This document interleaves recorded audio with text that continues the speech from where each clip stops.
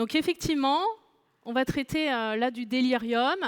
Et une première partie de ce topo, ça va être de revoir ce que c'est que le délirium pour voir un peu les différences avec l'agitation qui a été traitée juste avant. Donc le délirium, c'est un syndrome. Donc si on veut vraiment parler français, comme nos amis canadiens, québécois, on dit syndrome confusionnel et pas délirium. Donc c'est un syndrome clinique caractérisé par l'apparition aiguë d'une dysfonction cognitive avec trouble de l'attention. Et il peut se présenter sur plusieurs formes, plusieurs phénotypes moteurs de présentation clinique. Et donc, il y a celui qui est le plus connu et qui inclut de l'agitation, c'est le délirium hyperactif. Mais il y a aussi d'autres formes de délirium, et notamment le délirium hypoactif, où là, les patients vont certes être désorientés, confus, mais ils seront somnolents. Et eux, la problématique, c'est qu'on les dépiste beaucoup moins, parce qu'ils embêtent beaucoup moins, notamment le personnel paramédical. Donc on est beaucoup moins sollicité pour ces patients-là. Et puis il y a le délirium mixte qui combine les deux formes avec le plus souvent des patients agités la nuit et plutôt apathiques le jour.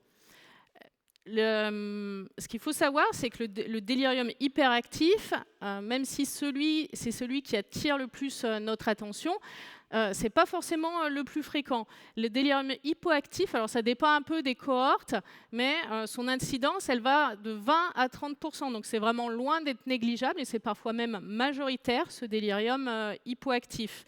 Et donc, il va être important de le dépister. Et donc le message numéro 1 de cette présentation, c'est que le délirium, c'est différent de l'agitation. Et donc pour le diagnostiquer, il va falloir utiliser des tests diagnostiques qui sont spécifiques du délirium, qui vont permettre de rechercher différents critères cardinaux. En réanimation, on connaît bien la CAM-ICU, donc une échelle dérivée de la CAM qui est adaptée aux patients intubés, ventilés, non communicants. Je vous encourage quand même, si le patient est communicant, peut répondre à vos questions, à utiliser d'autres échelles, qui peuvent être des échelles très rapides à faire aussi, comme l'Ultra Brief CAM ou la 3D CAM, et qui existent, notamment pour la 3D CAM, elle a été validée en français, elle est rapide à faire, et elle est un peu plus sensible que la CAM-ICU chez les patients communicants. Donc elle permet de dépister un peu plus de patients qui présentent un délirium. Ensuite, pourquoi c'est important de s'intéresser au délirium, de le dépister? C'est parce que le délirium, c'est un vrai red flag. C'est quelque chose qui est associé à des outcomes péjoratifs, à des augmentations de durée de séjour, que ce soit en réanimation ou à l'hôpital, à des troubles cognitifs après le séjour à l'hôpital, à l'institutionnalisation, mais aussi à la mortalité. Là, vous voyez, dans cette cohorte de patients qui sont sortis de vivants de réanimation et qui étaient appareillés avec un score de propension, les patients qui ont présenté un délirium et qui sont à gauche, la courbe noire, ont une mortalité plus importante que les patients qui n'ont pas eu de délirium. Et pourquoi ça va être important de le traiter quand les patients présentent un délirium? C'est que plus le délirium dure longtemps, et ça c'est la figure de droite, plus l'impact sur la mortalité est important. Et vous voyez les patients qui ont eu plus de 2 jours de délirium, qui sont la courbe pointillée rouge, qui ont une mortalité plus importante.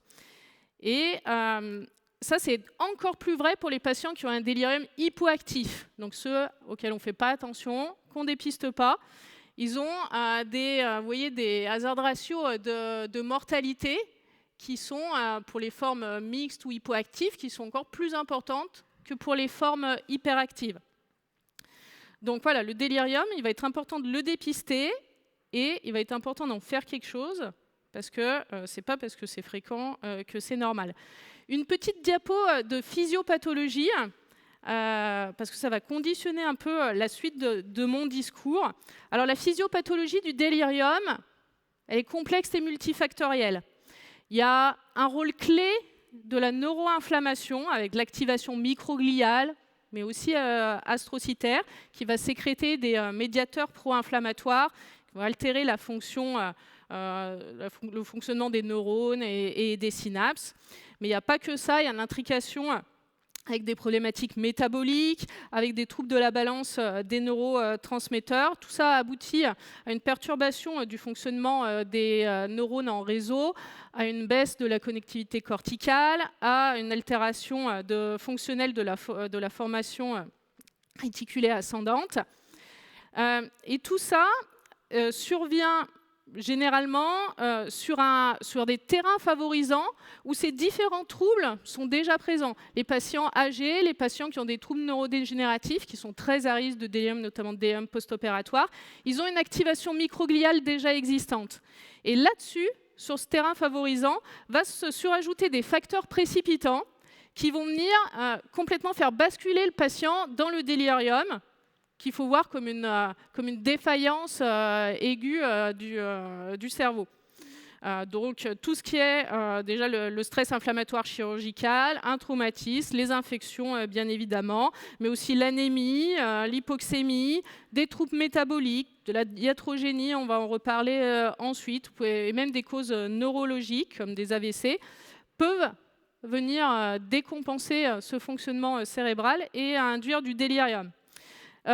Mais ce qu'il faut aussi voir, c'est que cette physiologie complexe et multifactorielle, elle fait que forcément, il n'y aura pas, en tout cas c'est mon avis, il n'y aura pas probablement jamais un traitement magic bullet qui permettra de prendre en charge le délirium, tous les types de délirium chez le patient et de vous régler le problème sans que vous ayez à faire quoi que ce soit d'autre. Parce que c'est un peu le Graal, cette recherche de cette magic bullet pharmacologique. Mais quand on s'attache un peu à la physiopathologie, on comprend vite que c'est un Graal probablement inatteignable. Alors qu'est-ce qu'on va faire ?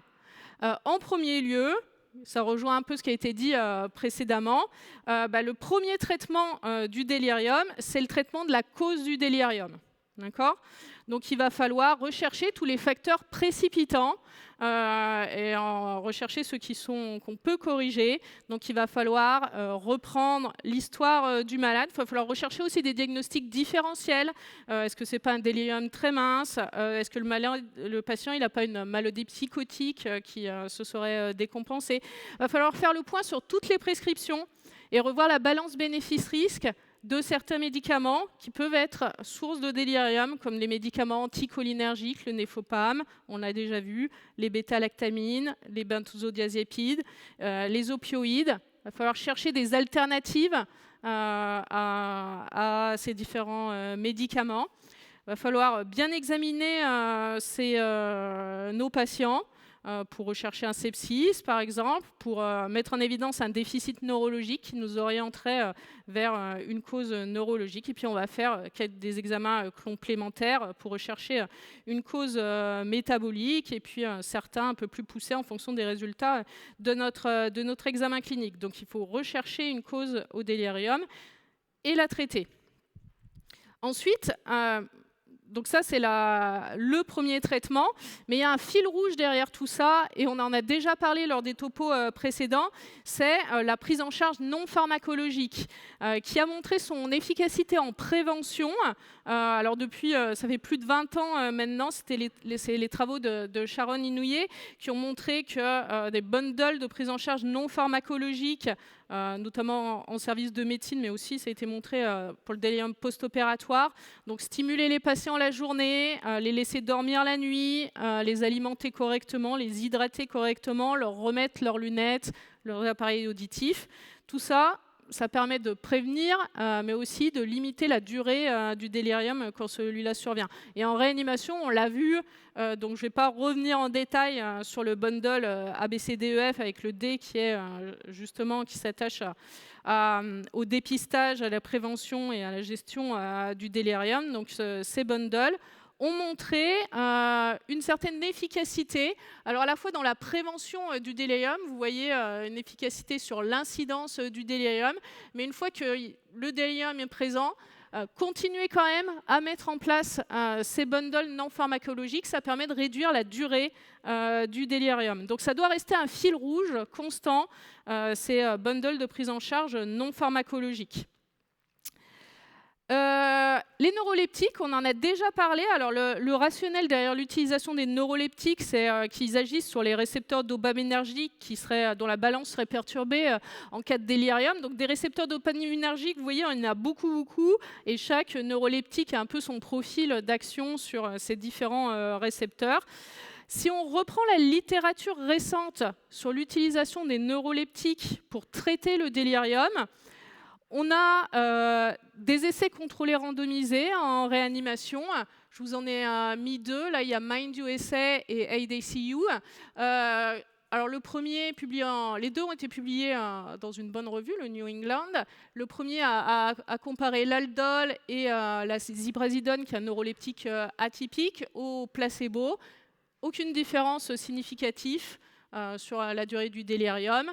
AID-CU, c'était aldol contre placebo, pas d'amélioration de la survie chez les patients avec ce traitement. Je vous ai mis ici une revue systématique. Alors je vous l'ai mis parce qu'elle a été écrite par les Key Opinion Leaders du délirium au niveau mondial dans une revue qui n'est pas une revue Frontiers. Donc sa lecture est intéressante. Et la conclusion des auteurs, c'est quand même qu'actuellement, il n'y a pas de niveau de preuve pour supporter, encourager l'utilisation que ce soit des neuroleptiques ancienne génération ou nouvelle génération pour traiter le délirium chez les patients hospitalisés. Et puis, on en a parlé un peu dans les questions tout à l'heure, il y a un peu ce débat entre les neuroleptiques ancienne génération et les neuroleptiques atypiques, avec l'idée que les neuroleptiques atypiques seraient mieux tolérés, donc ça vaudrait le coup de les utiliser. Il y a eu une grosse cohorte américaine de plus de 100 000 patients, alors ça reste une cohorte rétrospective, mais qui ne montrait pas de différence dans les effets secondaires des neuroleptiques, entre les neuroleptiques atypiques et l'aldol. Donc qu'est-ce que nous disent les sociétés savantes sur l'utilisation des neuroleptiques ?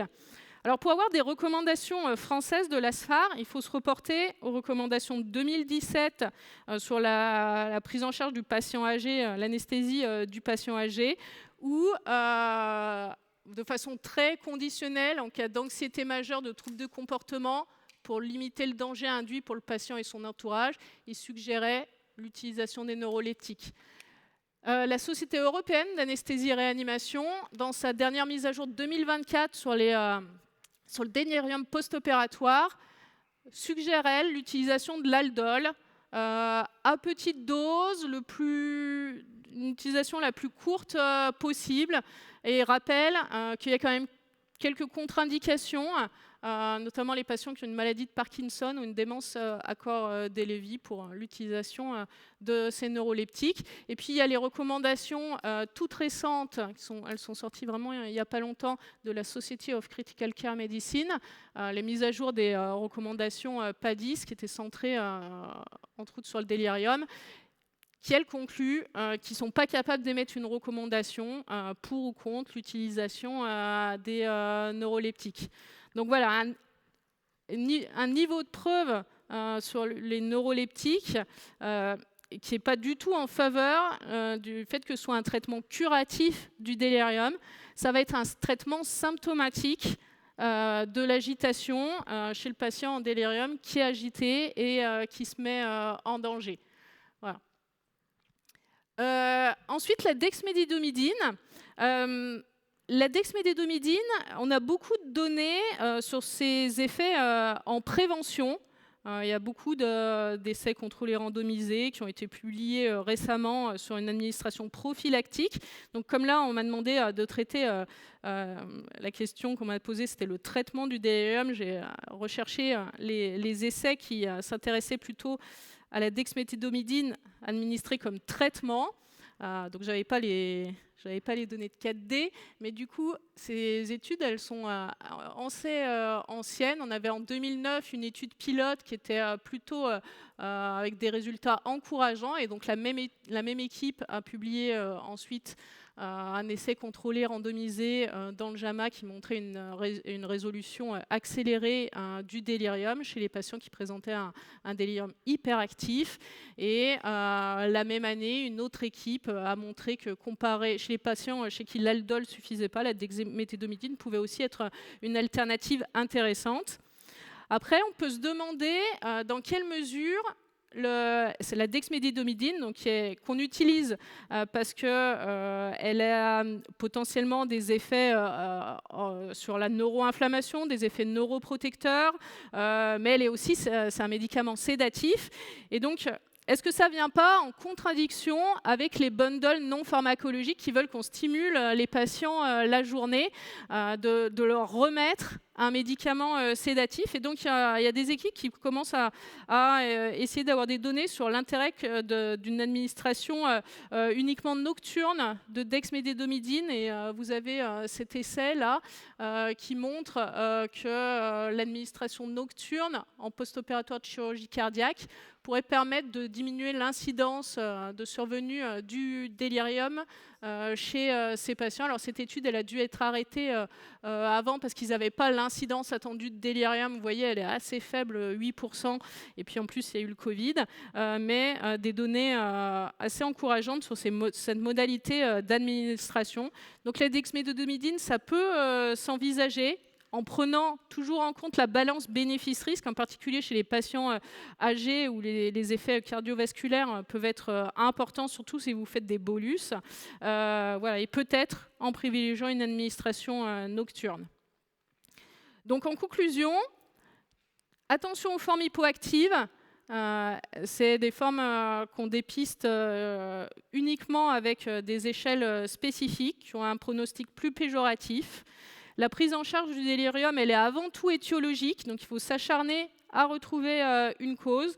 Toujours associer des bundles non pharmacologiques qui doivent être votre fil rouge de la prise en charge, que ce soit en prévention ou en traitement. Il faut être patient quand on met en place un traitement du délirium chez ces patients. Il ne faut pas s'attendre à un résultat immédiat. Le traitement pharmacologique, ça doit être avec discernement en fonction de l'agitation et de la détresse psychique. Il ne faut pas oublier de les suivre, ces patients. On ne met pas un neuroleptique et puis qu'on laisse sur la presse jusqu'à ad vitam aeternam. Et puis, il ne faut pas hésiter à communiquer avec les patients et la famille sur ce que c'est que le délirium, qu'est-ce que c'est que ce qu'ils sont en train de vivre là, les patients, et qu'est-ce qu'on va faire pour eux pour améliorer ça. Il y a quelques pistes de recherche pour traiter le délirium avec des modulations de l'inflammation, mais comme je vous l'ai dit, mettre de l'anakinra chez un patient si son délirium c'est lié à une hyponatrémie et au néphopam, ça n'aura pas forcément beaucoup d'impact. Donc ça va, dans le futur, probablement rester une prise en charge vraiment personnalisée, peut-être guidée en fonction de certains biomarqueurs qui sont encore à mettre en évidence. Aujourd'hui, dans la littérature, il n'y a pas de biomarqueurs du délirium ou de causes spécifiques de délirium qui sont disponibles. Voilà, je vous remercie de votre attention.